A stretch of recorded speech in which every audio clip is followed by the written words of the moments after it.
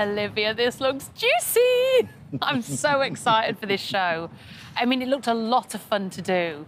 It was a lot of fun, a lot of stress. As you can imagine, a lot went into it. It was somewhat of a military operation, getting those lads out there, keeping it all under wraps, making sure they actually really believed in Brotopia. I know you're obsessed with that one. Yeah. They really needed to, like, embody Brotopia, and they did, which they made it almost scarier, because when I go out there to reveal the real show to them, I was nervous, and I don't really get nervous. And everyone that was worked with me on that, you know, everyone from Optimum Productions who worked with me for years, they're like, that's the first time I've ever seen a little bit of nerves, because I thought, I don't know how they're going to react. And what if some of them want to leave and we have no show? All these things are going through my head. Well, I'm surprised more of them didn't want to leave, because they're signing up for one thing, thinking, yeah, it's all about the bros and being best mates. And then you're coming along going, no, no, no, you've been stitched right up.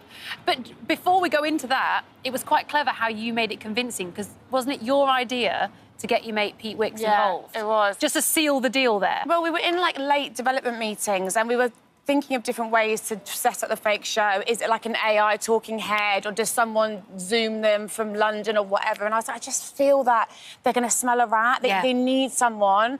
I was like, who is, like, the ultimate bro? Who's good with the lads? Who will be able to get them all G'd up and would really be a believable host? It's Pete. It's got to be Pete. And obviously, he's my mate, so I called him up. I was like, you got a free weekend in May? He was like, what's it for? So I said, come to Zante, you'll find out.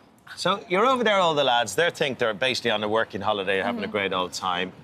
You hit them with this. This isn't what it's all about. What was the reaction like? Did anyone leave? So no one left. So we had a full 8 stayed. I know, unbelievable. Mixed reactions. Some of them, it was very explosive out the gate. Some of them, it kind of bubbled on for a few days. Some took it quite well. But the show, that is their big first shock, obviously. But there's shocks that follow that they took worse than the girlfriends being there and the show being fake. So the girlfriends come over and they call out the boyfriends for all the things they've done wrong.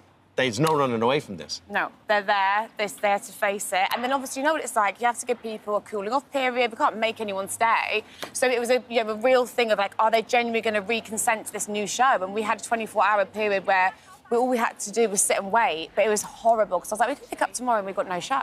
No. And we've been making this thing for, like, over a year, and they could all just go, no, I'm not doing this. So just to get an idea of how this works, I've seen the trailer. I mean, this is the kind of show I will be binge-watching, I'll be hooked on.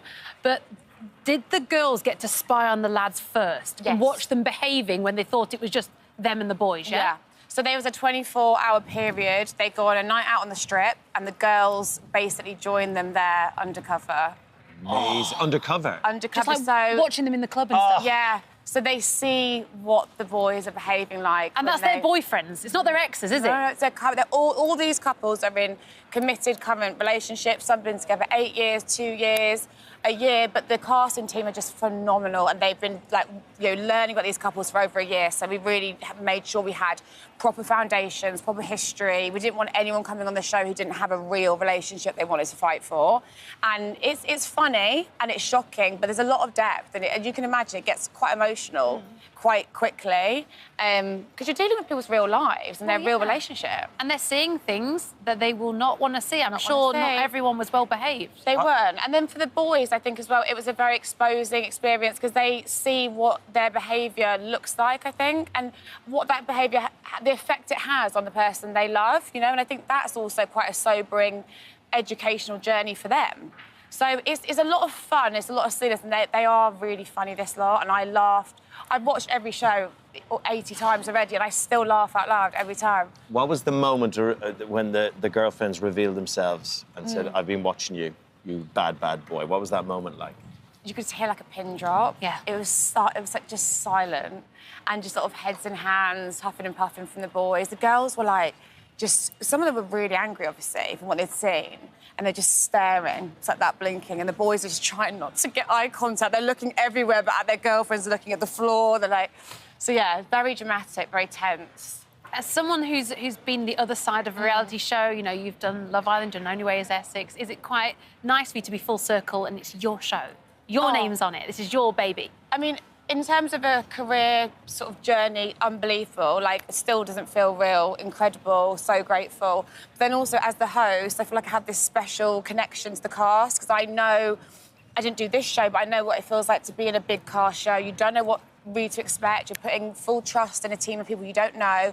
Now it's going to come out on telly and people are going to watch it and comment on it. And I was with the cast last night. They were asking me lots of questions and I feel what they're feeling because I've lived it. Yeah. And I think that's quite nice, though, because I feel like I hope they can lean on me if they need to. Well, yeah, because you're being really genuine. You genuinely have gone through this stuff. And actually, you do half forget people are going to watch it. They've done all this stuff. I know. And now there is going to be backlash. You just know it, don't you? Because there'll be people tweeting and do you know what? It's a really fun show with a lot of heart. But like you say, it's the hardest time ever to make telly because, you know, if it's too quiet, it's boring. Yep. If it's too juicy, it's too much. And you have to find somewhere in the middle to keep things, you know, the right measure. Yeah. And like you say, you're not going to please everyone. That's what I was saying to them last night. I said, but you're true to yourselves and you did a really brave thing. A lot of people are not brave enough to do that. So just got to hold your head high. I love how much thought you put into these TV shows, these documentaries. You're very passionate about it, really. I am, yeah. Thank you It's for so visiting good. our This Morning YouTube channel. Now, we upload new content every day, so go ahead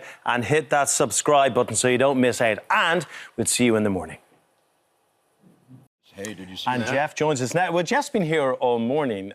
Jeff, you're amazing. A lot of people kind of come in and just kind of leave. You just kind of enjoyed hanging out. You're haven't you? never going to get rid of me. No. Wild horse Buddy, could where you going, buddy, buddy? buddy. Buddy loves Jeff. I love Jeff, your Buddy. trousers are covered in hairs. I'm so sorry. Dog hairs. Oh, no, I like it. I like it. How beautiful. Oh, my word, he's a dote. He is an absolute dote. He really is. He's a what? A dote. A gauche. A dote. A doche. A dote. Dote. A It's an dose. Irish term. Dote. D-O-T-E. Dote. D-O-T-E? Yeah, someone's like doting. The You're cute. doting. Oh, Cute. doting. Oh. Yeah. You didn't know that? I've But never heard of that in my I've heard him life. say There it. you go. I'm learning new things you already, go. like doting, like I'm doting on you. He's a Yeah, dote. dote. He dotes on us. Well, look at this. Look how sweet. He's right at your feet. Look, his little tail is right on your pedicure. Gorgeous. Honestly, Jeff, it's such a pleasure always interviewing you, meeting you. You're one of the most down-to-earth Hollywood actors, people in general. But you are in the coolest new Netflix show, Chaos. Oh, that show. I think it's cool, too. Have you seen a bit of it? I've only seen the trailer. That was enough to hook me in. This is like a whole modern take on Greek mythology. That's correct. Charlie Cavell wrote it brilliantly. It's darkly hilarious, and moving and profound. It's a rollicking good tale, and it's a sumptuous. It's a visual feast. What's it about, Jeff? Huh? What's it about?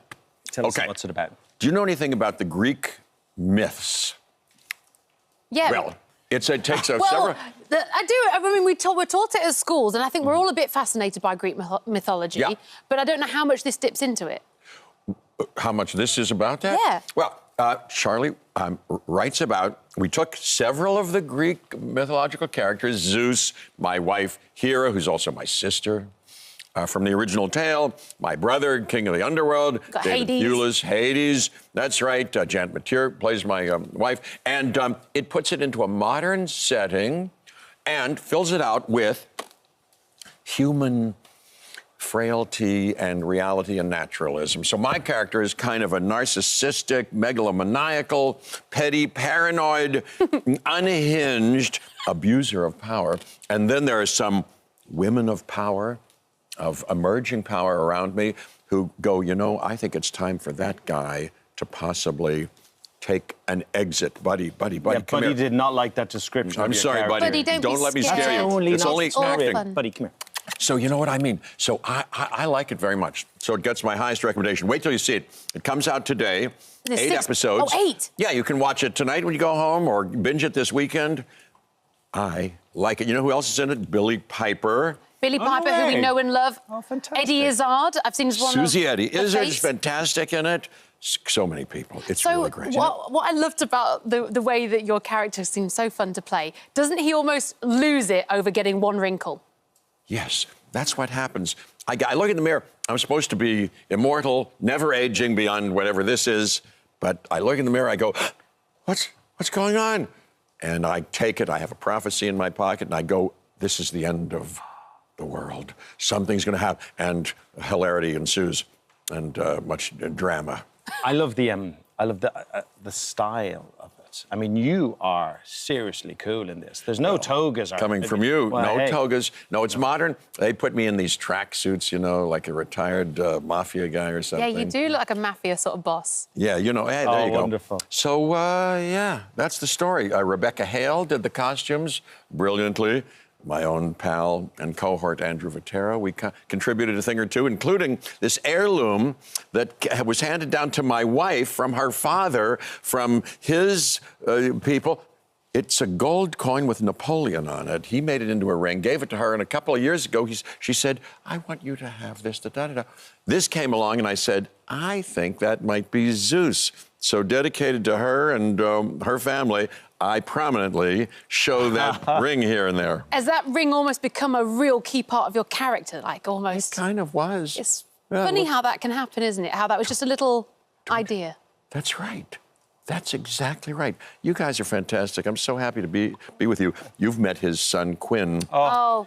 What a great man that is, young man. Honestly, he's the nicest human being. There's no point in meeting any other human beings after meeting Quinn, but he loves Greek mythology, because he's a Trinity student studying history, and he loves He's in his 4th year, he was telling me. He's studying history. He's making his dissertation on Irish history. That's right. What a great, and the two of you are great together. I know you've just spent this week together, but what a great dad you are. I saw you together. It's a pleasure and very moving to meet the both of you, really. We're having a lovely time. And you just had a baby, too. I know, it's all going on. Ruby, have you met Ruby? I have met Ruby, yeah. Ruby's I'd love to meet Ruby. We've got 2 kids, 7 and 9. But Ruby...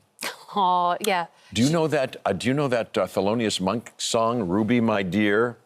Look that up. I like it a lot. I love Thelonious Monk. There are other Ruby songs. Do you know Kenny Rogers? Ruby, don't take your love to town. Do you know that one? No, I don't know it. Where did you get Ruby from? I'm not sure, but there is a Kaiser Chiefs song that goes, Ruby, Ruby, Ruby, Ruby. Oh, I like that, too. It's really good. Well, there are lots of them. Look up this Thelonious Monk song. Very good.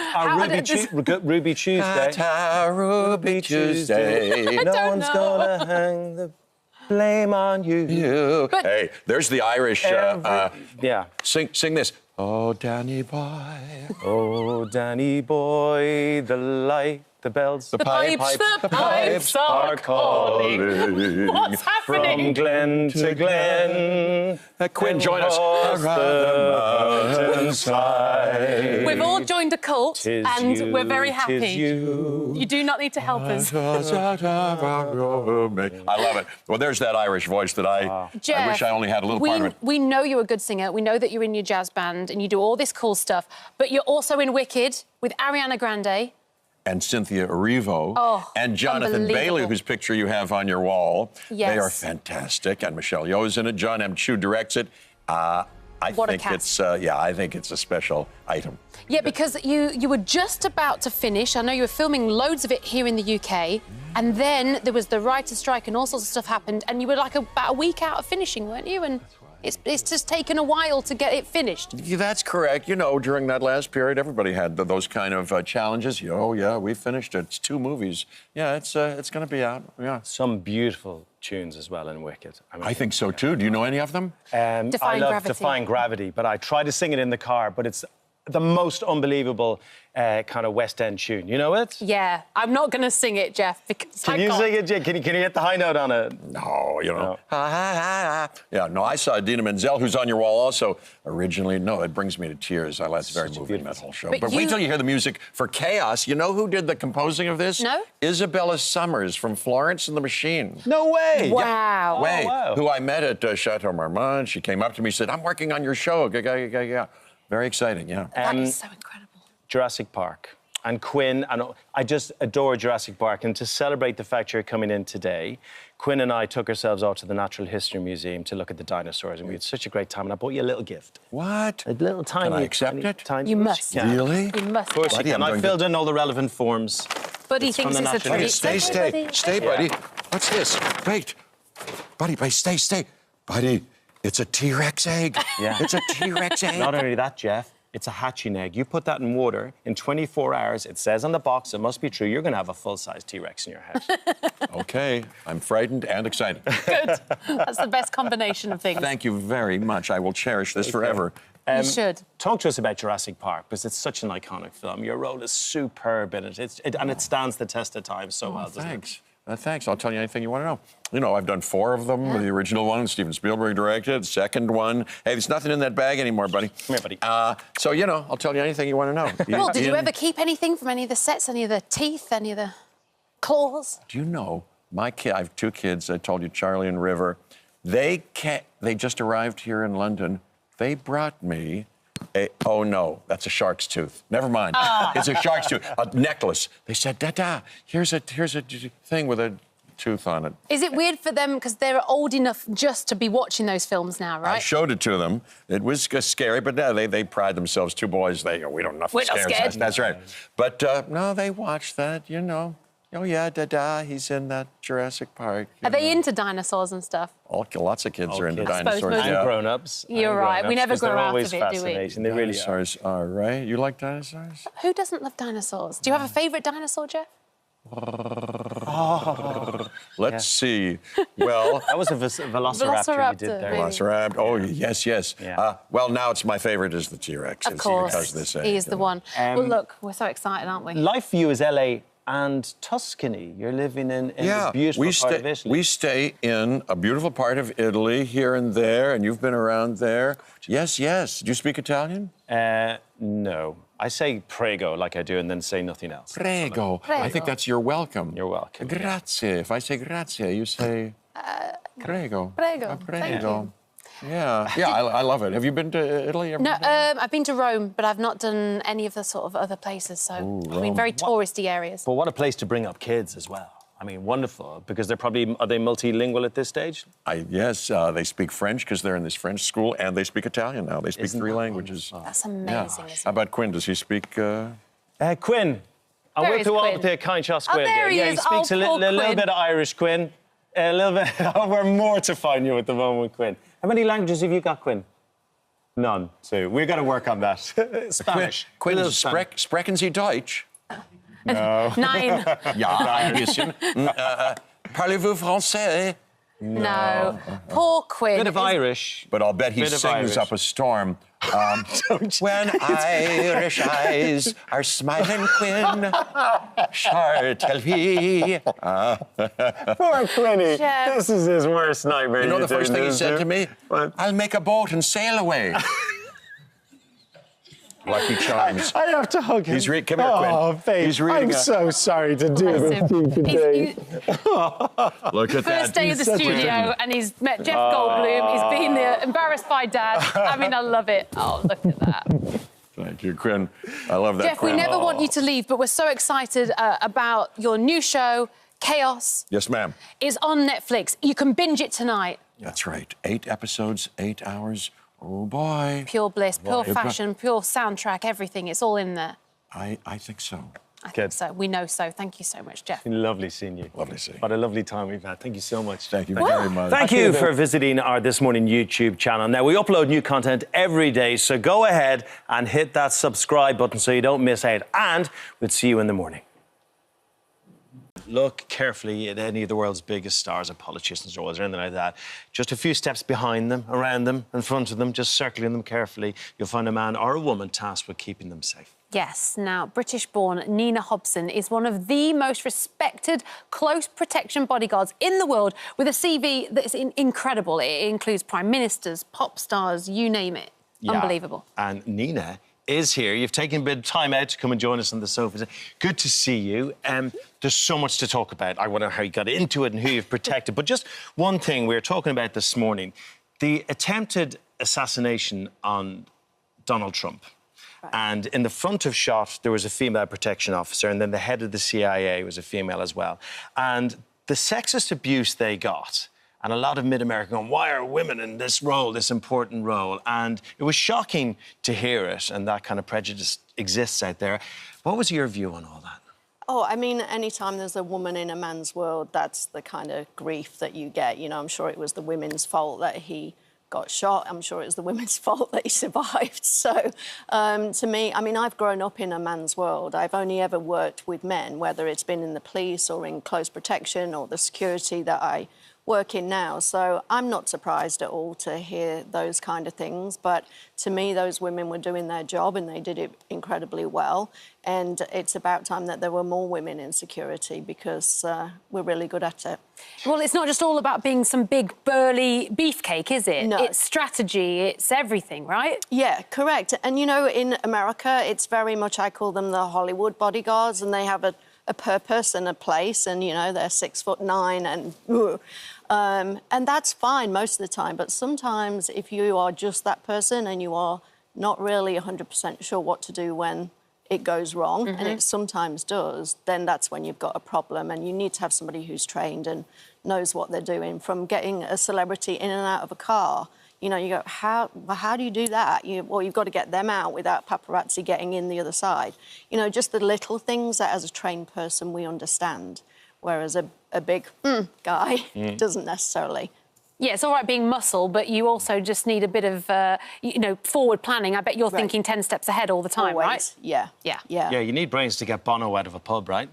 That I failed that one, obviously. Yeah, let's talk about that, because you were his bodyguard, is that right? I looked after him when he was on tour in Australia, yeah. So he has the same bodyguard he's had forever, and I was very privileged to get to look after him in Australia, and he was just wonderful. I think I drank my first bottle of Cristal champagne with him, to be honest. What a claim to fame, eh? Because Bono's, and that's the difficulty, he's such a man of the people, he likes to wander around, live as normal a life as he possibly can. Right. We see him in Dublin all the time, in Finnegan's Pub and Dalkey. You have to try and fit into that lifestyle when you're protecting Bono. Right? Yeah, and the thing with Bono is he took on a security expert and he listened to what you told him, which is great. You know, that's what my job is, so please listen to me. That's not necessarily true with every person that we look after. And you say, don't do this because it's not safe. Oh, well, you'll fix it. So it's a really different dynamic, but Bono was great. What's the key bit of advice you give them when you start working with them? I start working with them. Going back to the female thing, as a female, you sometimes get, do you know what you're doing? So the key bit of advice is, I know what I'm doing, please listen to me.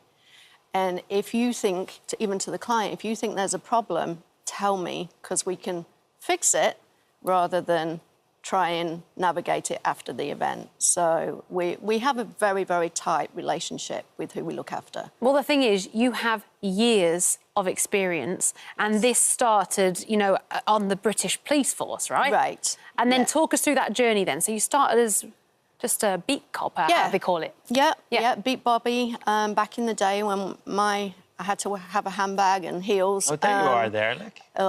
Yeah, that's a long time ago. Look at that. Please don't show any of my team that. Too late. And then I wanted to be working with dogs or horses, and that didn't happen. And as a female back then, you were put into the rape victim situation to look after rape victims or children. I didn't have kids, I didn't like kids, I didn't want kids, but as a female, that was my role. And then the story around me doing my first protection work was we had, back in the day, the booze cruise to France. Yep. And you had to pick your name out of a hat because obviously we couldn't all go. And I didn't get my name picked out, and I was a bit miserable about it and a bit of a tantrum.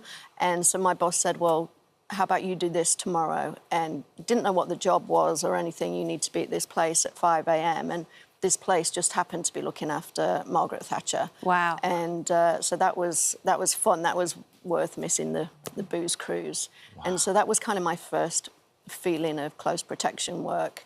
On the outskirts, because she has a team, and she had a team that she went everywhere with, and if they didn't go with her, she wouldn't go. And that's how it works in the police with obviously politicians and royalty. A little bit different with celebrities, but yeah, that was my first taste, and then it went from there. How do you even start with someone like Britney Spears, who's instantly recognisable? Yeah. And constantly, I guess, a threat because of that. How do you start those conversations? What do you do on a daily basis with her? I can't obviously go into too much about what I do with her particularly, because obviously that's still doing it. Security. So, but yeah, let's put it this way: we have a lot of fun. Nice. A lot of fun and a lot of stress, and I have a lot of grey hairs. Well, take it when she parties, you have to party, albeit on mineral water. You have to be alongside. You have to do everything. Always mineral water. Yes. Yeah. I thought it was interesting that now, so it's scaled up from you know, like you say, starting off with Margaret Thatcher, then you do Bono, and then you get into sort of the music industry. Now you have a team of 50, right? 15. Oh, 15, sorry. So after this show, it'll be 50, Nina. Right. You got it. So the company that I work for is a company called David Shield Security, and we're a global company, and we specialise in close protection and investigations. So I'm head of their investigations as well as head of the client that you've just mentioned. I'm head of her team. Wow. So I have 15 alpha males working for me. And I bet you people go to them first thinking that they're in charge, right? It's really interesting when you go somewhere and they don't recognise that, you know, and you say, oh, our head of security is here, that they will go naturally to the guy to shake the hand first. And I love that moment when I go, excuse me, it's me. Oh, well done. But yeah, that happens all the time. Just because being a female, and being a British female as well, I mean, who thought it? Who'd have thought? Yeah. Right. You know, you are so cool. If you don't mind me saying, I think you are wicked, and what you've done, and you know, you're sort of paving the way for future women to do it as well. Yeah, I hope so. I mean, that's my big thing, to leave a legacy, and we can do it. Yeah. Just because we're not the Muslim men, we can do it, and we do it very well. Good on you. Absolutely. Keep going, yeah, brilliant. And yeah, an inspiration to a lot of people out there. You may be creating new bodyguards just this morning by being on the show. Thank you. Thank you for much visiting that. our This Morning YouTube channel. Now, we upload new content every day, so go ahead and hit that subscribe button so you don't miss out. And we'll see you in the morning. Now, losing a loved one affects each one of us very differently, and how we cope once they've gone can be just so difficult to talk about. Like, it's the one subject you just want to avoid almost, isn't it? Yeah, but unavoidable, because it happens to all of us at some stage in our lives, doesn't it? When Colleen Nolan lost several members of her family in just a very short few years, she was forced to confront her own relationship with grief. And she's written it all down and what she's learned, and it's brilliant because she's going to share it with all of us and help everybody out there. It's a brand new book, and Shan's got it in her hands here at the moment. Yeah, Colleen. that's it. It is called A Hand to Hold. I think this is such a good idea, Colleen, because so many people suffer alone, or they don't feel like they can bring it up to family members. So this is almost a way of you being a bit of a little hug. That's it. Well, thank you. That's exactly what I wanted it to be, because I did a podcast about grief, and when I was asked to do it, I thought, that's a bit depressing. You know, how am I going to make that funny? Yeah. But of course I did. But it was really interesting to get all these people in talking about how they've coped with grief.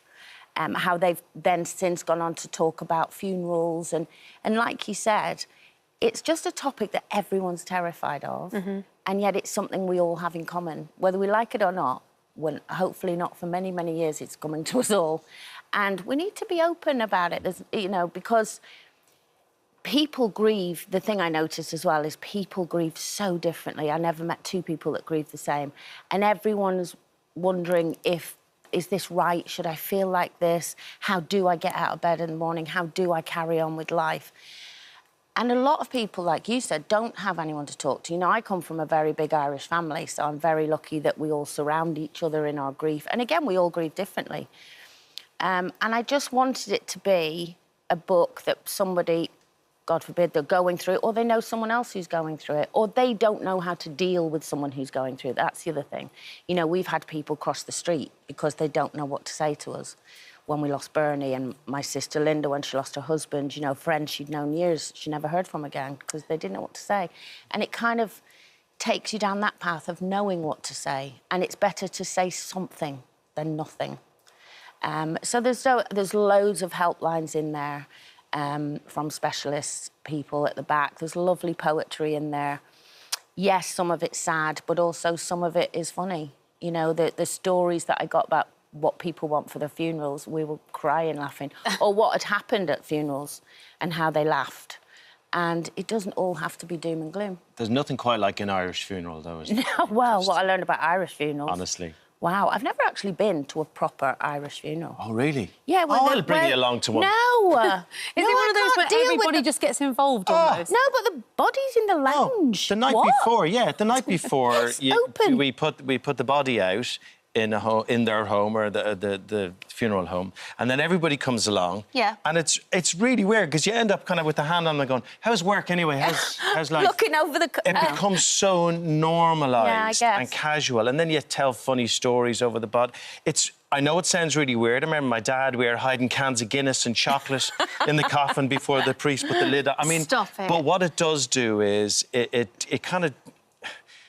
It just normalises it, it takes away the taboo, and it helps with the next process. and Because that's the hard bit, isn't it? Yeah, exactly, and we don't do that over here. And we don't talk about death or what we want. It's so important to let your family, no matter what age you are, young or old, to let your family know what kind of funeral you want, because the amount of families that splinter over a funeral because they all have their opinions. You know, my sister Bernie literally left a whole note of who was going in what car, what flowers she wanted, what songs she wanted, how she wanted it.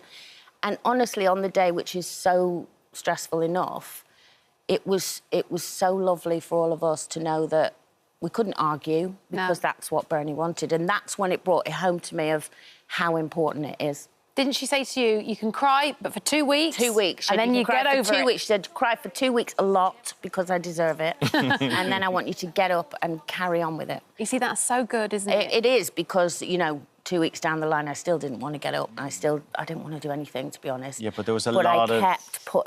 I kept hearing her go, come on now. Come on. There was a lot of loss in a short space of time in your... Yeah, there was. You know, well, there was a lot of loss, a lot of bad news as well. And, you know, I'd lost my mum and dad, I lost my sister-in-law, I lost Bernie, we lost Linda's husband.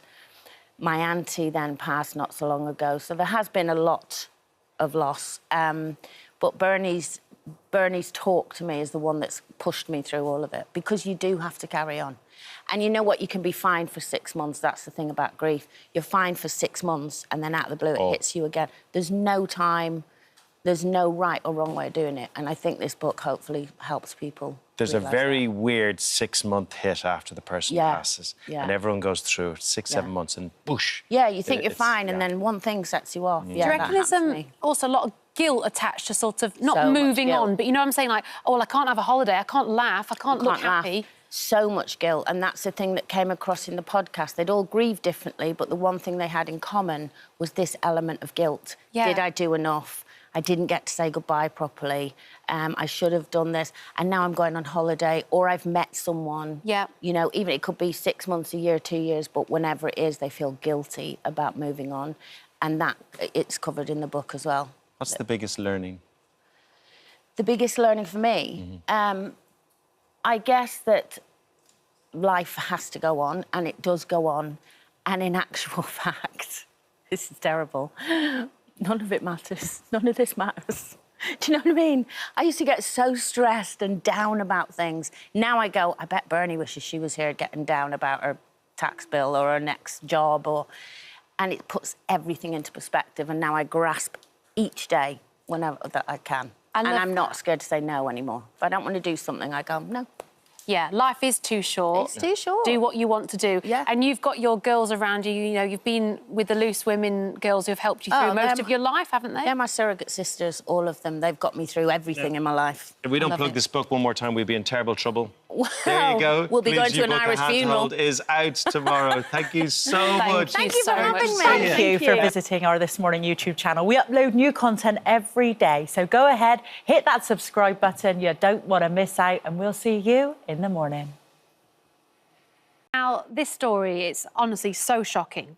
Let's go back to 2016, when Marisha Wallace burst onto the West End stage as Effie in Dreamgirls. Now, having had a hugely successful career in Broadway, this was the beginning of her big move to the UK as a West End star. It was all going so well. Going very, very well. She found a love match on a dating app, but who she thought was the man of her dreams turned out to be an absolute nightmare. She was scammed out of £60,000, a huge amount of money, it really was. Yeah. I mean, it's just disgusting. And I have to say, I'm just so pleased that you're here and you're ready to talk about this, because it will have been a big trauma in your life. So thank you so much for that. Good morning to you both, by the way. And I know your train was delayed, so you're a bit panicked, so thank you for making it to the sofa today. Good morning. Lisa is victim supports fraud expert, and she's going to here to give us advice as well off the back of this story. unbelievable story because everything seemed to be going so well in life. Well, I had just moved from the States, from New York to London. I was here alone. It was 2018. I had just taken over the role of Effie White, which is a huge role to play, very emotional role anyway. And simultaneously, I was going through a divorce.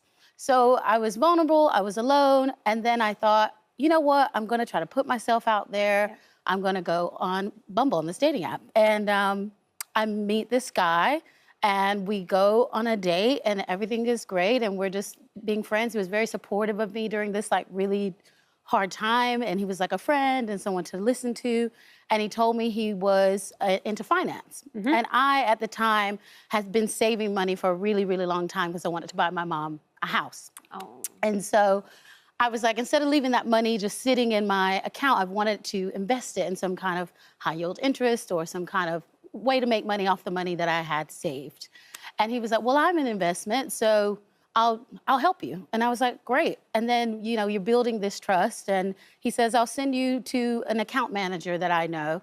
I got on the phone with the account manager, had many calls with him, did my due diligence of like checking it out. He worked for a reputable firm, which I thought. Yeah. And yeah, so I put the first amount in, which was about 24 grand, because that was like my savings. Yeah. And I got a return, like after a couple of So this is the interesting part for me. Yeah. So you put this money in, yeah. And at this point everything seems legit because nothing was forced on you. It was all very casual, no, right? It was all very casual. It was all very professional as well because I had like a website, like where you put your password in. I could see the money that was there. I could see the money, the interest that it was supposedly accruing. Yeah, and so suddenly you start making money off this investment, I get money and it back. feels legit. Yeah, I get cash back, like, and it was like a good amount. Yep. So I was like, oh, this is really great. And then they were like, well, there's an event coming up in a couple of weeks. And also, this guy who's supposed to be my friend is pressuring me, but not real pressure. It's like you don't feel like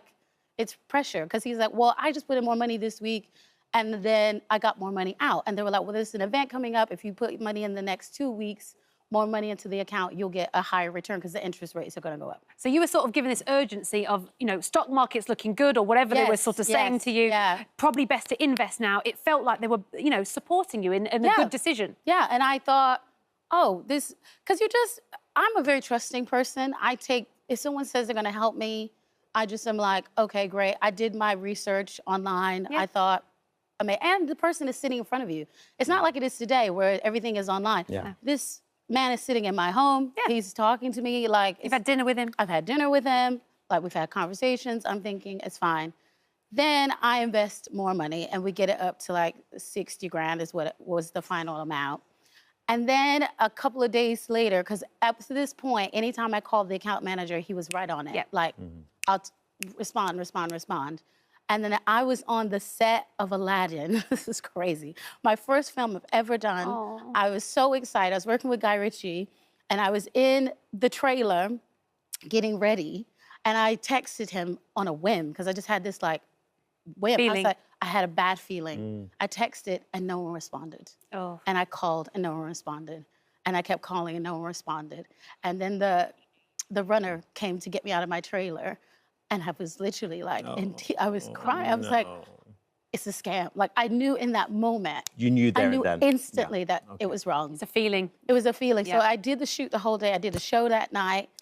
And then I finally got, I don't know how, it was the grace of God. I don't even know how I survived any of it. Because I just had to keep performing. I just had to keep going. You can't tell anyone. No. You can't. You have so much shame and so much guilt. And you don't think it's real. Like, you don't think that you've actually been scammed. It was like, how is this person that I think I know has scammed me? So then I finally do get back in contact with the guy who's supposedly my friend, and he is like, oh, no, it's fine. He just, missed your call, da-da-da-da. And then I say, I want my money out now. Yep. I was like, I want it out now. And he's like, well, okay, let me get you back in contact with this guy.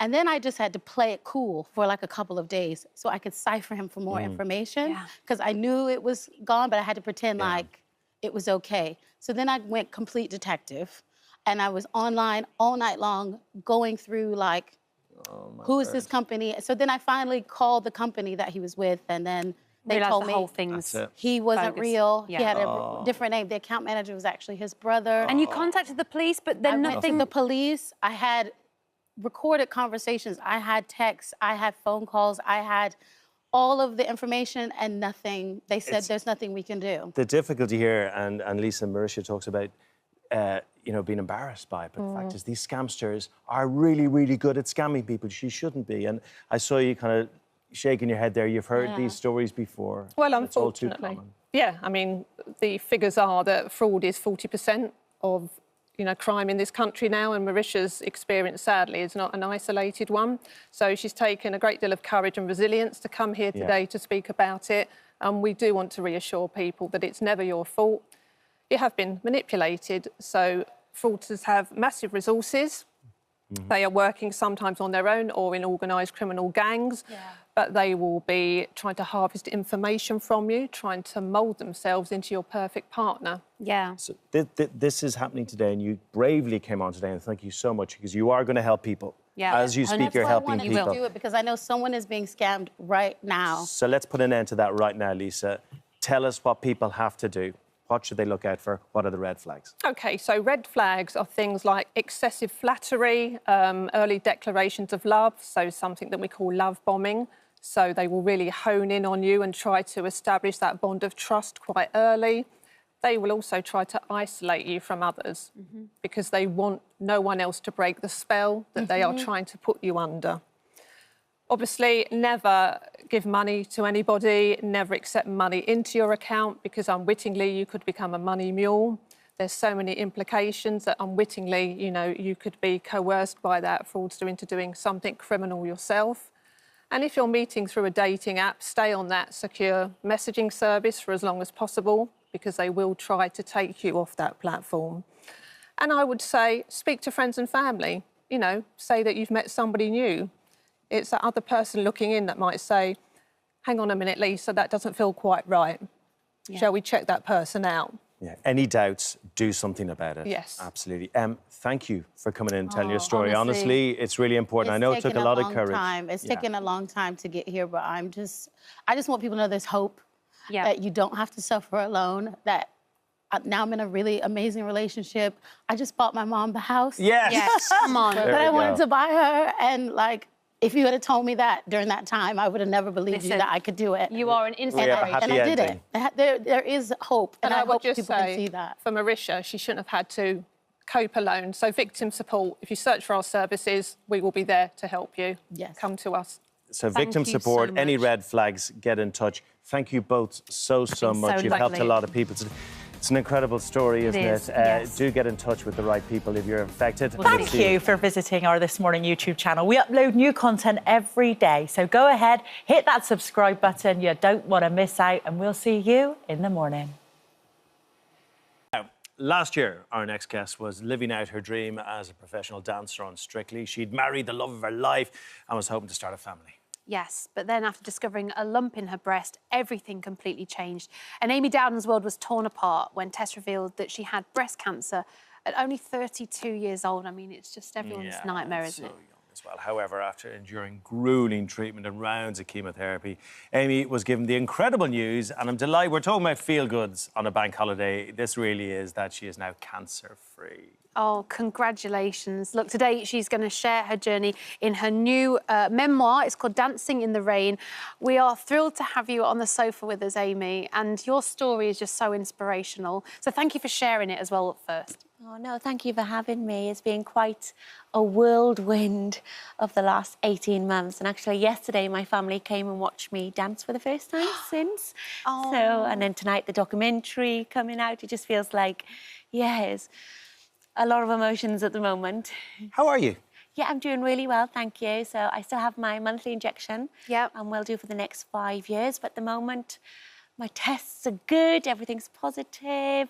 And yeah, I just feel like, especially in this last week, being back at Elstree at Strictly dancing, and I really feel like the old Amy is back. Good. Because we talk about the physical aspects of cancer treatment, but the mental aspects, I mean, it's hard work, isn't it? It really is, and I talk quite a bit about it in my book and the tools I've used throughout my life through growing up with Crohn's disease, the dancing journey.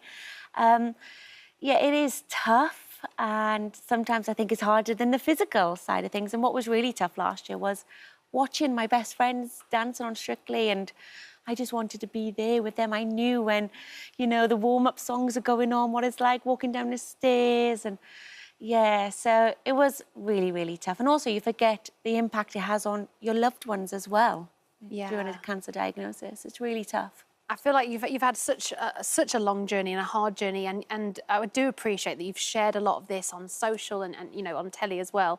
But for those who don't know the story, just tell us, like, how did you find out you had breast cancer to start? Yeah, so I was paired with Tom Fletcher on Strictly Come Dancing, and the Fletchers welcomed me into their family home, and I become really close to Joanna Fletcher, and she got me on the Copperfield trek.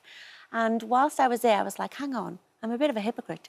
I'm here getting everybody to Copperfield to check their chests, and I don't check myself. No.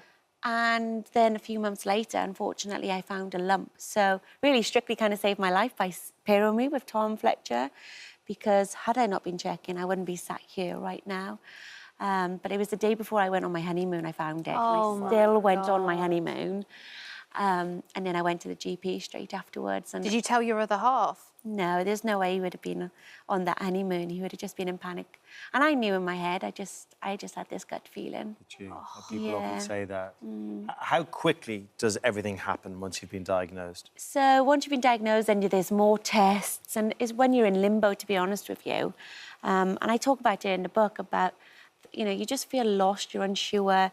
And I was waking up every night thinking, I've got cancer inside of me, I just want it out. Yeah. And nothing could be quick enough almost. No. Nothing can happen soon enough. And until all the doctors, they know you've got cancer, but there's different types of cancer. They've got to, you know, check it's not spread and everything like that. So you don't even know the plan to begin with. And then I had surgery. And then after that, when they found out, I had more than they realised. And I had ductal and lobular. They didn't know about the lobular cancer. That I was then going to start chemotherapy. So as well with a cancer diagnosis, you get given a plan, but it can quickly change. At first, I was having a lumpectomy, radiotherapy, and 5 years of treatment to keep me in the menopause because I've got a hormone-fed cancer. But then all of a sudden, I'm getting a mastectomy. Then I'm having chemotherapy. Because at first, I thought I was going to be able to do Strictly when I was diagnosed because I thought the timescale worked quite well. So, yeah, you also need to be prepared for a lot of change in the plan along. And I always say every cancer diagnosis is different to each individual.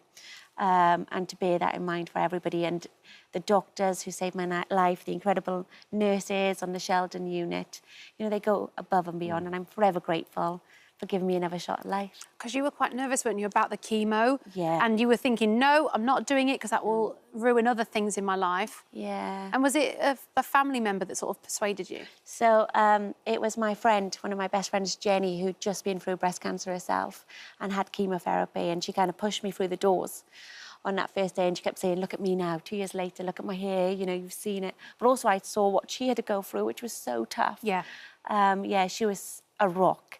And yeah, Ben, my husband, and I are so lucky for all the love and support we received from our loved ones. I don't think either of us would have got through the last year without them. It really takes a village. It really to get through this does, stuff, yeah. Doesn't it? We're super lucky and grateful. And watching the documentary and doing the book was like therapy, actually, for me. You forget, actually, how much you've actually been through, because at the time you're on survival mode, just getting from one appointment to the next, one chemo to the next.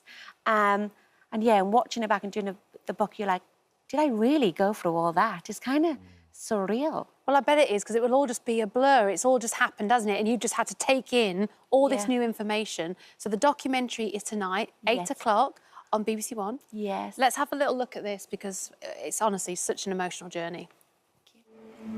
Yeah, it's fine. Mum, I can do this today.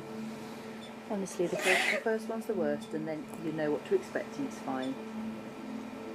I really don't want to do this. Nobody ever does. But you can do it, because you're strong. Good. And you can do this. You can. You feel like you have no control over anything. But the one thing I could fight for was my hair. Yeah, and that side. Yeah. Okay, so scalp cooler on. You feel it, how cold it is. you're putting on, that's to cool the scalp in the hope of keeping your hair? Is that what's happening? Yes. Okay. But unfortunately, by about chemo 4, I'd already lost a lot of hair. I had quite a big bald patch on the top of my head. And when you have the cold cap, you wear it for 30 minutes before, the whole of the treatment, and an hour and a half afterwards. And your hair's like ice taking it off. And my body had already been through so much. I had sepsis. And when I went into septic shock and I needed care of intensive care to get involved, I had blood clots. My body had been through so much, and on my 4th chemo I'd gone in, I'd started being sick and my body couldn't take it anymore. And my friend Carla was with me, who's also my hairdresser. And you see in the film, and I talk about my hair journey a lot in the book, we had to make the ultimate decision to take the cold cap off, and that decision, because I knew going home that night, I cried so much knowing that that's it now. I've got a couple of days until I'm completely bald. And I guess I was just trying to hang on to a little bit of me. So much is taken away. I'd already lost my boob. I'd lost my dancing, and I didn't know, was I ever going to get back to it? Yeah, I was just trying to hang on to that little bit of me, and I did. I found it really hard. So I was doing a cold cap to try and keep my hair, I think anyone would, and coming from a girl's point of view, you know, your hair is part of who you are, and it can sound so insignificant when you're thinking about all this other stuff to do with cancer, but that is a bit of you. It's like, and this as well. It's almost that feeling, isn't it? What more can you take from me? However, I would say, I mean, I saw the clip of you shaving your head, and it was inspirational. And I feel like it connected a lot of people, didn't it? And people came sort of coming to you with support and saying, thank you for sharing this. Yeah, and actually I'd seen other young ladies, one of which I ended up, Tabby, doing the Copperfield trek with later in the year. She was so brave and shared her experience of shaving her hair. She gave me, they were similar age, the confidence to shave mine. And yeah, online I built up such a lovely community of fellow breasty friends, Pink Sisters. Yeah, which really helped. And I just really hope through the book, through the documentary, that, you know, it raises awareness to get people checking themselves. Because if you're not checking, who is? Both male and females. And if 10 people start checking themselves from the book or documentary, I might be able to help save one life. When you describe this process and everything you've been through, it's kind of amazing that we're going to see you in the new series of Strictly. I know. I mean, fair play to you. Congratulations. Thank you. And you're inspiring people out there by doing that as well. You must be so grateful and excited. Yeah, and the Strictly family, they were there for me every step of the way. And yesterday, I can't say too much, but dancing again, a very special number. And the boys, the team, all picked me up at the end and you know, running me off the floor. It was so emotional. It was so lovely. And yeah, it's so surreal. And I just can't stop smiling. Yeah. You deserve this. It's honestly, it's so nice to have a happy end to this story and see you back on the screens. Do you know who you're partnered with yet? So you'll all have to wait. The launch show is the 14th of September. We've been working so hard, the 20th year anniversary, which feels crazy as a little girl watching it on the screen, and here I am part of it. But yeah, we've been working super hard, and yeah, just can't wait to be dancing and entertaining. And also last year, being on the oncology unit, I saw what Strictly did for everybody, and I was so proud to be part of the show that I could see lifted people through what was such a tough time. So I'll have all those in my mind as well. Great to have you back on it. So nice. Thank you. Just enjoy every bit of it. Fair play to you. Thank you for having me. Thanks for coming in. Thank you. So good luck with the book. Yes, good luck with Buy the book, everybody. Buy this. Yes, you really Buy the should. book. I feel like it's going to be such a lovely read. Thank you so much for sharing. You're to buy one as well. You're not getting that one. Yes, I will. I will buy one. Thank you for visiting our This Morning YouTube channel. We upload new content every day, so go ahead, hit that subscribe button. You don't want to miss out, and we'll see you in the morning. Rylan, you're obviously here because you're hosting it. You're not actually... I offered and they said, no, we want viewers. So I was like, no, all right, fuming about it. I'm so excited about this show, We were Rylan. just talking about it. We were just saying, the last time we hosted together, I was just about to fly to Colombia to do it. You were trying to explain it to me because we were here, we were hosting, weren't we? And you were like, what are you over doing? Easter or whenever it was, and you were like, I'm leaving actually tomorrow. I'm going really far away and I'm getting on a plane. I'm going to host this new show that's all about naked people. Yeah. And I said, of course you are. This is the random sort of thing that you tell me. You said it to me. You said, I'm going to an island with loads of naked people. I thought it was a holiday. It sounded like a lovely trip. I'm fine with that. So come on, give us kind of the nitty-gritty of this, because we've seen other shows. You know, I'm a massive Love Island fan. I'm a massive Naked Attraction Rochelle, fan. this is right up your street. I'm not gonna lie. I know it is, which is why I've got so many questions for bang up you. your street. No, so is everything really on display? We're talking, Yes. you know, from... No, everything, from the get-go. So the whole concept of the show, best way to describe it, because it's brand new for us, it is Love Island without the bikinis. That's pretty much what it is. You see everything. There's no strategic placement of the cameras, like, so there's like a plant pot in the way. There's no fruit bowl? No, there's no fruit bowl. You see absolutely everything. And do you know what? Of course, that's what's got everyone's talking about this show. You know, all the reviews today from the same reviewers that give me, like, 5 stars for my art show on BBC Two are like, this is disgraceful, you know, I don't need to see this. But that's exactly what the show is. And it's dating laid bare, literally. Right. And yes, that's the hook and that's the initial shock factor. You watch the first 15 minutes and you're like, is this for real? Especially when they're, like, sat in the diary room like this, chatting directly down the lens. And they're like, yeah, I want to do this, I want to do this. And it's eye level, you know. Wow. It's a lot. But after 20 minutes, you then start going, I can't believe she's talking to him. I can't believe this is happening. You kind of forget... It's so... Everything you see. I was the host. I was there. And when I was voicing the series back, sort of episodes 4, 5, 6, 7, 8, them episodes, a lot happened. And at the end of the episode, I'm like, can I voice the next one? Because I need to see what happens, even though I knew what happened. Did sort of the men... There's a lot of questions I've got so many questions, Just Rylan. get it out. The men... No, don't get it out. Did they go in the pool a lot? Did they to cool down? What I'm trying to say is that thing... and we were... Look, I'm going to say this now. The thing that you can't stop. I You think think you mean, we does were that the happen? official sponsor of sun cream, this show, let me tell you. And I've got to give a serious shout-out. The duty of care on this show was unlike anything I'd ever seen before. Our daters were incredible, but the crew and the welfare team and everything like that, I come from reality. It's where I started. I've been in it. I've hosted it. I've never seen a duty of care around this. That's so good to hear that. More on any other show. And that was so important to me as well, especially in the world that we live in now. You know, they're vulnerable. They're there, they're naked. I'm not. The crew isn't. Yeah. You know, they're the ones that are naked. But they were they're not nudists. They're not exhibitionists. They're not none of this. This is all new. They're just normal guys. Yeah, this is all new to them too.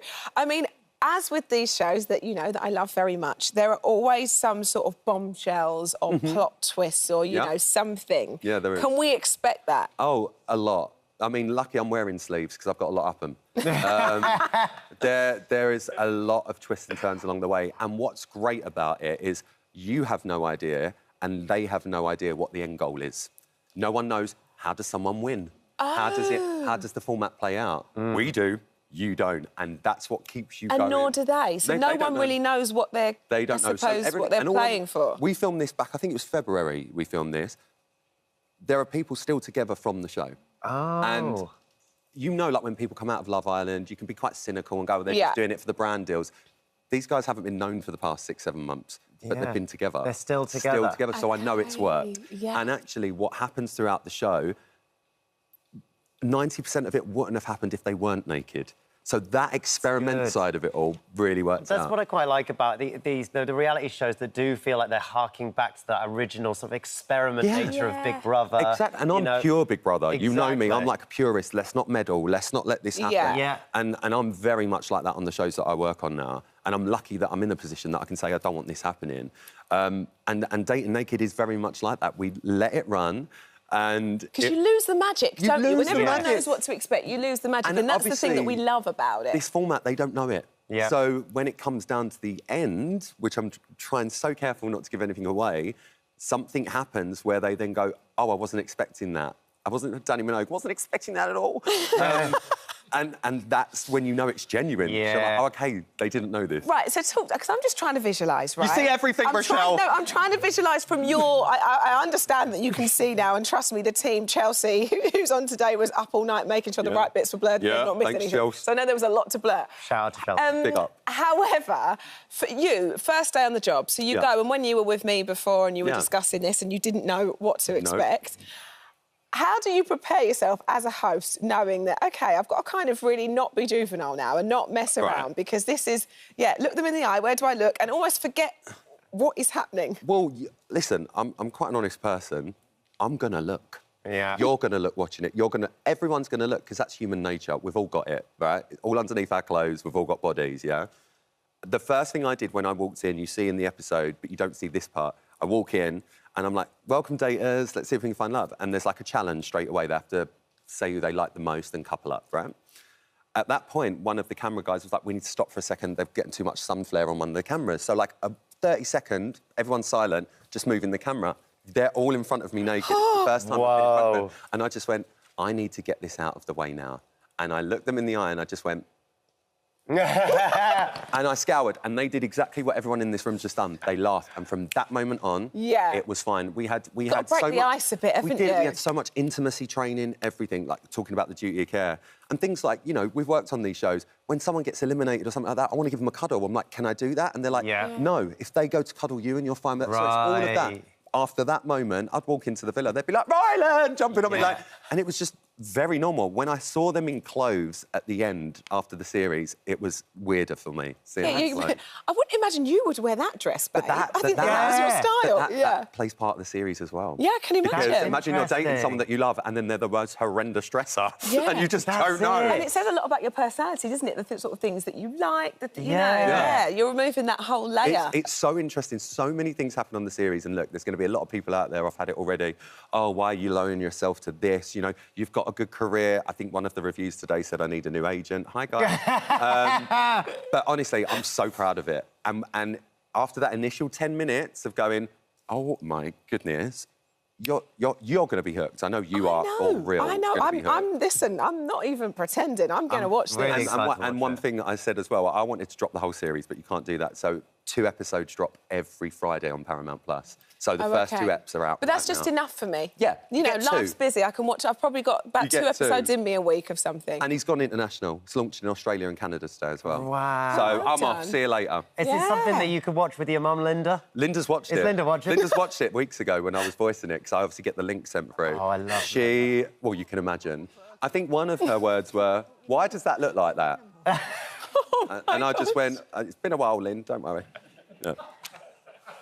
It's so funny because it's the sort of thing I can imagine. You know what my mum's like. Yeah, it's the sort of thing I can imagine. Like, what's it shiny? I'm like, what are you going on about? What's it shiny? So, no, Linda. She was on about a vase, children. Yes, exactly. It's the sort of thing I can imagine you both watching on Gogglebox as well, which is really funny, so I could just picture everything you're saying. It wouldn't surprise me if it ends up on Gogglebox. Oh, my God. It's been such an experience, and honestly, I know the daters are watching today because we've got a little WhatsApp group going on, and I just want to say a massive thank you to them because they were, for the first, I suppose, the guinea pigs, if you like. Yeah. Like, it's like first season of Big Brother.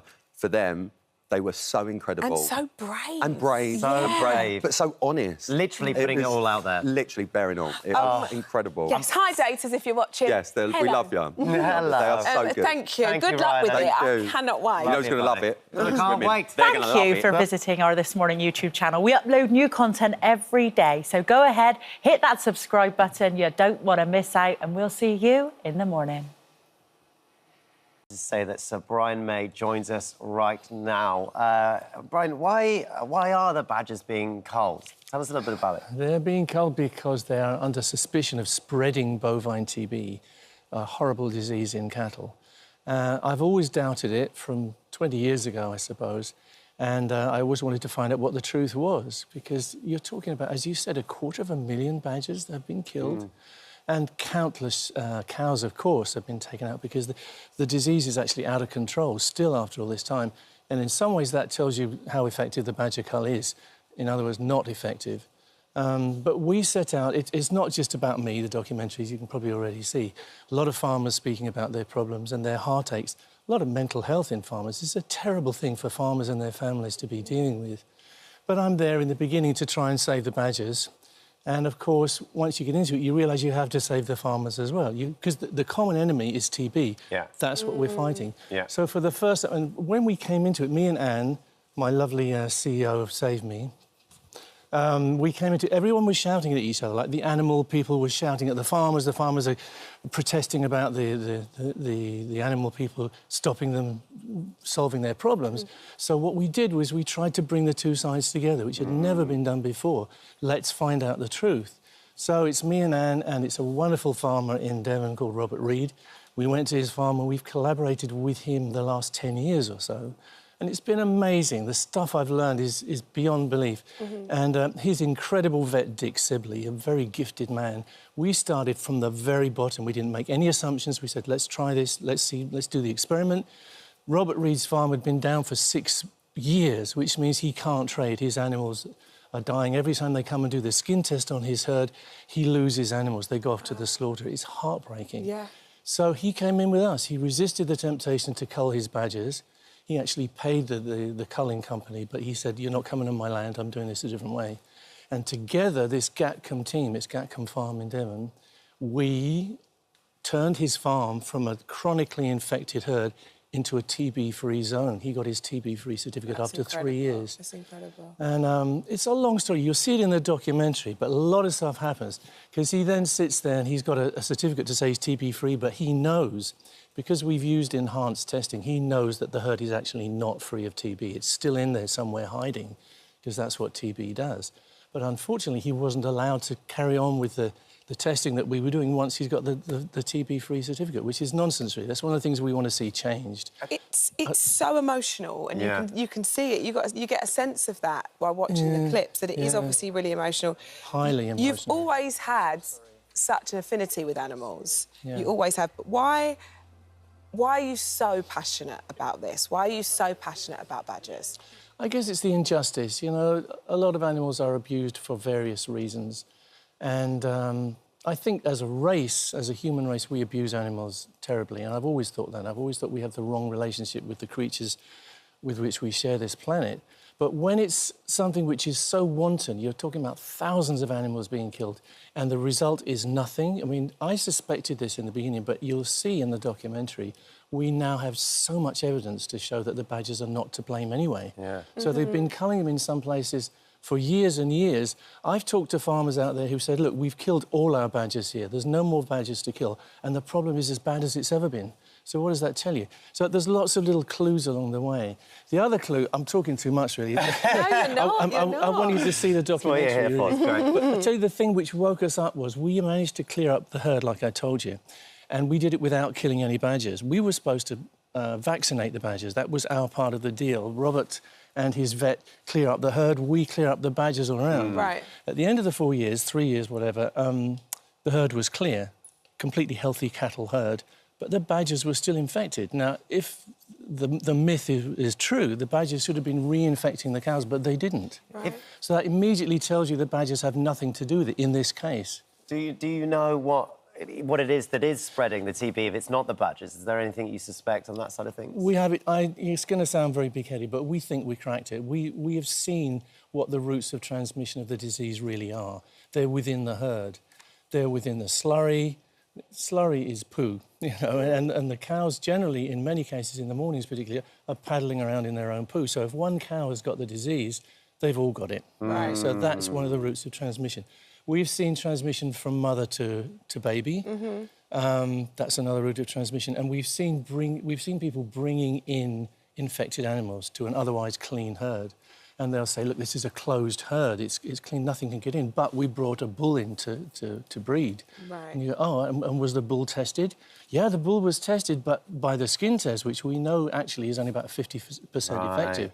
So it's highly likely that the pathogen came in with the bull and then spread through the herd. It's so yes, we know. It's a difficult one. It really, really is. We've got to say we've got a right of reply from DEFRA. It says this UK government will roll out a TB eradication package, including vaccination, herd management, and biosecurity measures to achieve our objective of getting bovine TB-free status and end badger culling.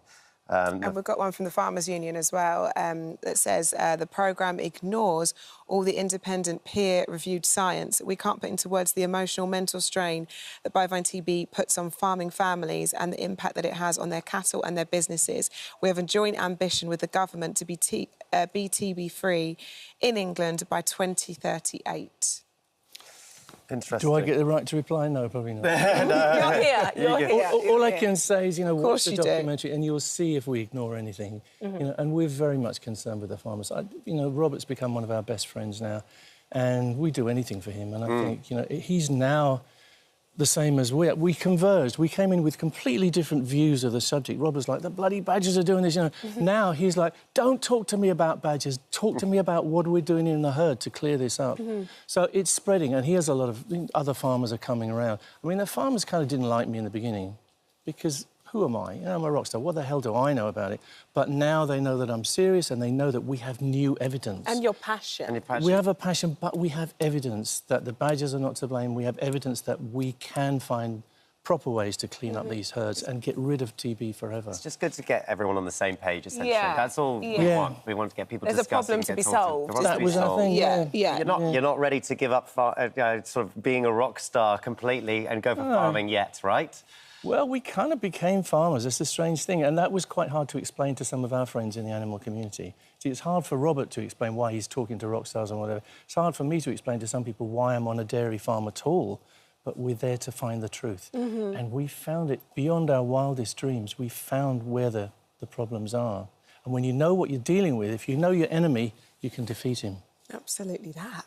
Absolutely. It's like you say, it's so nice to have you here. And so, you know, when we see you, we obviously think of your work on stage, and it's so... Yeah, there is obviously, that. everybody has their other passions. But yeah, it's good to see you here and sharing this with us, because this has bypassed me. I was completely unaware of this until meeting you today. Good to make people aware of it. So we really appreciate you coming in. Thank you so much. Thank you. It's precious to me that you give me this time to just get people's imagination You're very pricked, welcome. you know. Thank so you. Tonight, So the Brian May, the Badgers, the Farmers and Me is at 9 p.m. tonight on BBC Two and iPlayer, so give that a watch. Bless you, John. Thank you. Well done. Pleasure, Brian. Thank you so much. Thank you for visiting our This Morning YouTube channel. We upload new content every day, so go ahead, hit that subscribe button. You don't want to miss out, and we'll see you in the morning.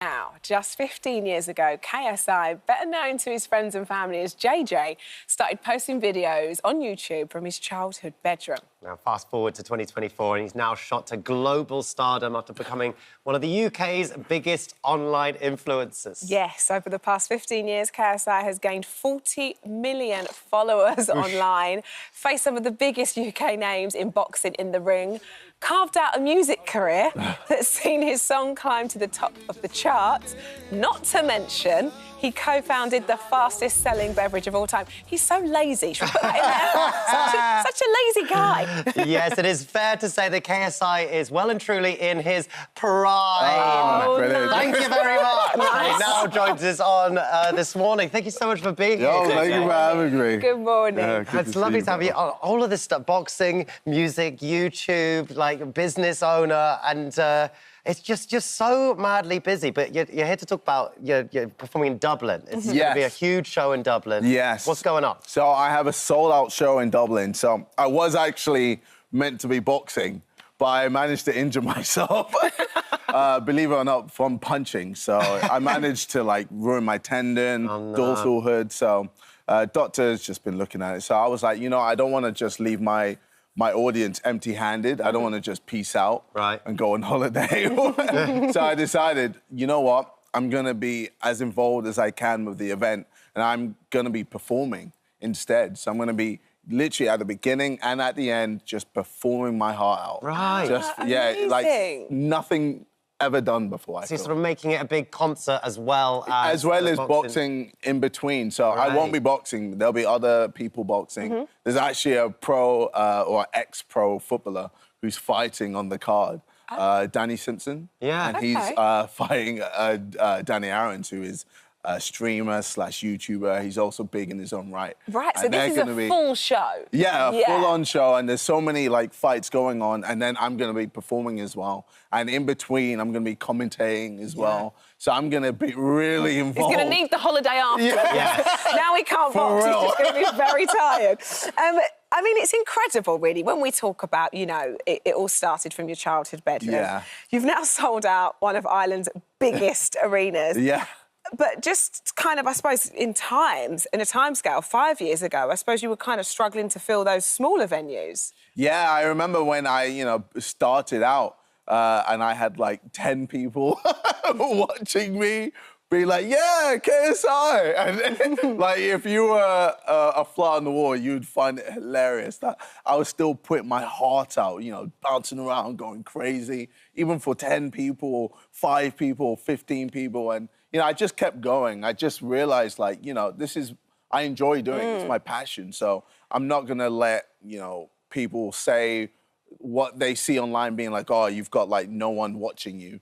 Get to me. Yeah. I decided, you know, I'm just going to do my thing, and then eventually more and more people would watch, more and more people bought tickets, and then... But then that's how you build out such a sort of loyal following, such a cult following almost, because they're your ride or dies. They're now your day one fans, right? 5 years ago, I was performing to 10 people, and I'm now still performing to 10 people.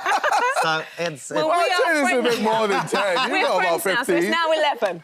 I'll make up the numbers. People love about you, and I love about you. I've met you before. You're so genuine. You're so, like, heartwarming and honest, and I think, honestly, you genuinely deserve all of the success you have. I appreciate and you've got a new album coming out as well? I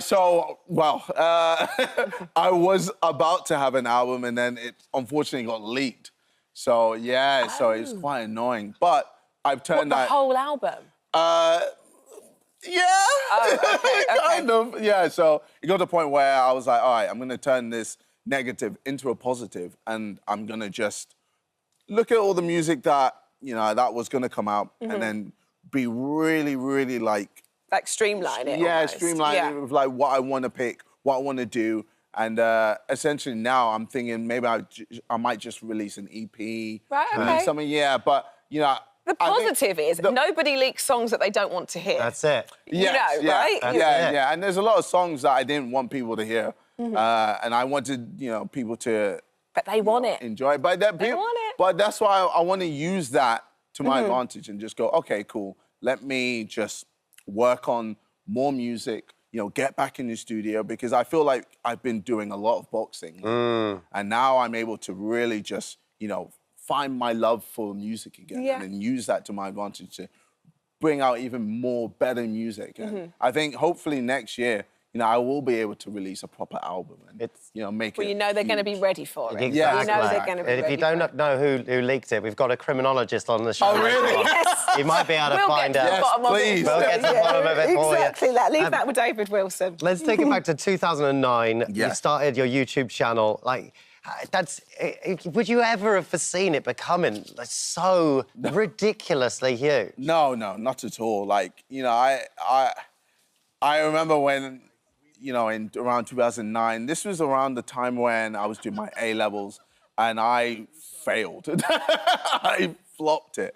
And, you know, I was getting to a point where, what do I want to do with my career? And I was just enjoying YouTube. I never expected to be in this position I'm in today. But, you know, I just worked hard, just, you know, enjoyed it, went at it, and, you know, became obsessed with it. You know, I learned everything about it, from the editing to, you know, how to be comfortable in front of the camera, how to just be myself in front of the camera. And then over time, you know, more opportunities, you know, came from that. And then I was like, oh, you know, the boxing, music, you know, and all these things just happened. And then now everything you touch just turns to gold. No, definitely not. No, it does. I tried golf. I'm terrible at it. It's nice to know. He's normal. But do you know what? It's interesting you say that, because we touched on this morning that it's GCSE result day today, and there's a lot of, you know, young adults out there that are going through that and not getting the grades they want. But you know, if you master your craft, as you are living proof that the best can really come from it, can't it? Well, and also, you know, I'm living proof that, you know, not everyone is academic. You know, in school, I wasn't super academic. I wasn't very good at, you know, all, you know, maths or English, etc. But, you know, for me, entertainment was like my field. But it took a while to get to that point. You know, you have to try stuff. You know, I feel like a lot of people are scared to try new things. This is the time where, you know, especially when you're young, this is the time for you to just try stuff, figure out what you like, figure out what you don't like, and then use that to guide your career. Yeah. It's true, but people just almost don't know how young they are, you know? So Yeah. you feel like it's the be-all or end-all. Yeah, when you get end into of the GCSE. world. You've got to make a decision now, but you've got so long. You've got so much time. Was there a time where apparently you were earning more than your teachers? Yeah. I do remember that. So, I remember, like, I was making around about 1,500 a month from YouTube. And, you know, I told my teacher, and he was like, wow, that's more than me. Wow. Why are you here? And then I was like, you know what, why am I here? And then I left.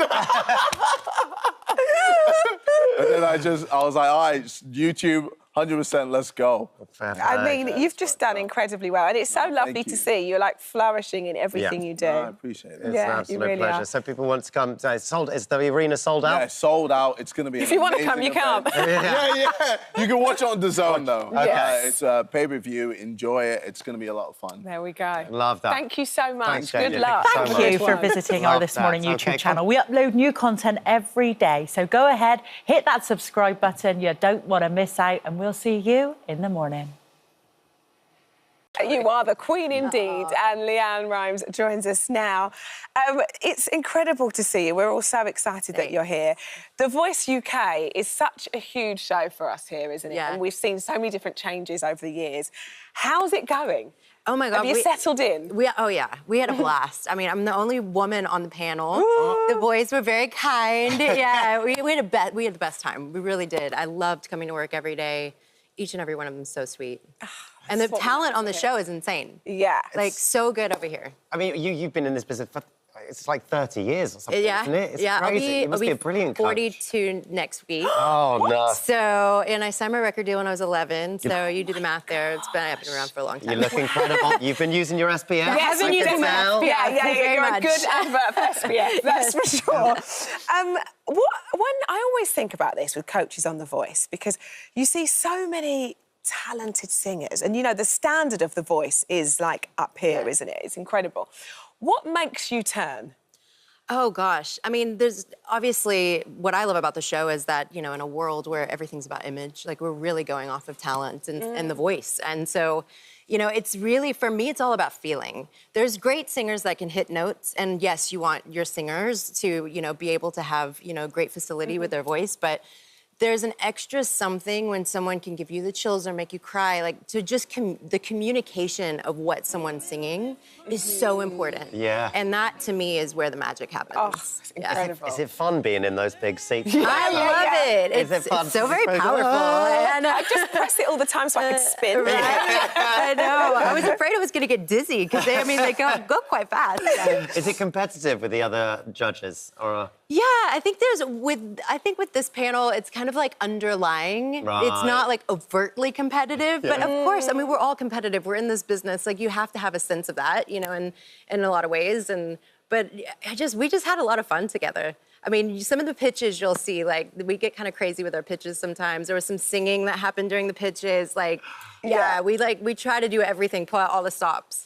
What's interesting to me is this is the first time we've sort of seen this double chair situation. Yeah. So we've got Danny and Tom, of course, from McFly. I mean, it's hard not to have fun when they're around. Oh my God, so brilliant. Insane. How does that work? I just imagine that's a naughty corner. It is a naughty corner. That's exactly what it is. Very nice, especially with Danny. No, but they, you know, there's two brains there. So sometimes one would press the button and the other one would look at the other like, why did you do that? Like, yes. So but then other times they could just look at each other, like eye each other, and they knew like they were turning around. So, I mean, they've known each other for so long, but yeah, they did get a little tip every once in a while. I'm glad they gave them two seats, because I was imagining them just sitting on being each other's stuck lap. into one seat, just like going round. Totally. That'd be so great. That's amazing. So did it get quite emotional at times? Was there some acts that I cry all the time. Oh, really? I cry at everything. Like, but like with music, I mean, music is so emotional for me. It's just what I do, you know? Like, when I sing, even when I sing on stage, sometimes I cry because it's just like something just hits my soul. And there were a lot of great artists that moved me in that way. And like you say, you signed your first record deal at the age of 11, but we have a clip of you singing at the age of 8. Let's have a my look. God. Oh, yeah.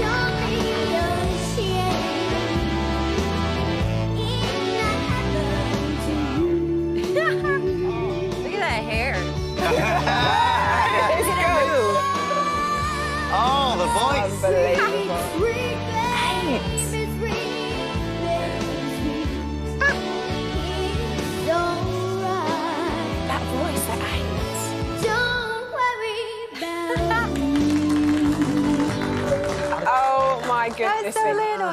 voice at the age of 8. That's just crazy. Did you just always sing around the house? Was that something you just always knew Yeah, that was what you were going to do? my family played music around the house. Like, my dad played guitar a little bit, and they just always played, like, all different types of music. So I was influenced by, like, Motown and country and rock and, like, classical, like, everything. So I was constantly... My mom jokes that I would sit on the toilet and sing, like, literally singing everywhere, even there. Like, you know, it was, like, one of those things that you couldn't stop me from doing. It paid off. Yes, it did. It did. Paid off, thank goodness. Thank goodness. I mean, you did Can't Find the Moonlight.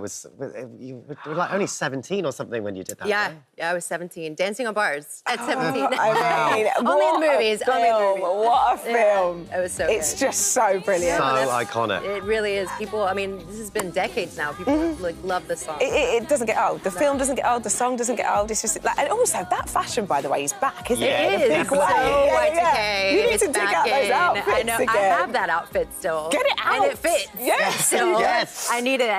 I'll come on here next Yes, time. that's it, please. We now thought it would be quite good fun to play a little game with you, right? Because we have seen that when you're on tour, that you rate things, right? And you do rhymes rates. Right. So we thought, should we put it into a little bit of a game, produce it up a little bit, and do it on This Morning? Oh, no. This is Rhymes Right. Do it. Okay.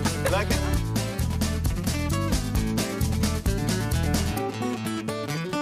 I had a feeling that this might happen, so when I rate things, I have a mini mic. Oh my gosh! So I brought mini mic. There you go. She's not plugged in, but we're gonna, you know. There you go, Leanne. What am I eating here? This is... I mean, there's a selection of the UK's finest, finest delicacies. It looks like a fried chicken bowl. It very much does. This is what's known as a Scotch egg.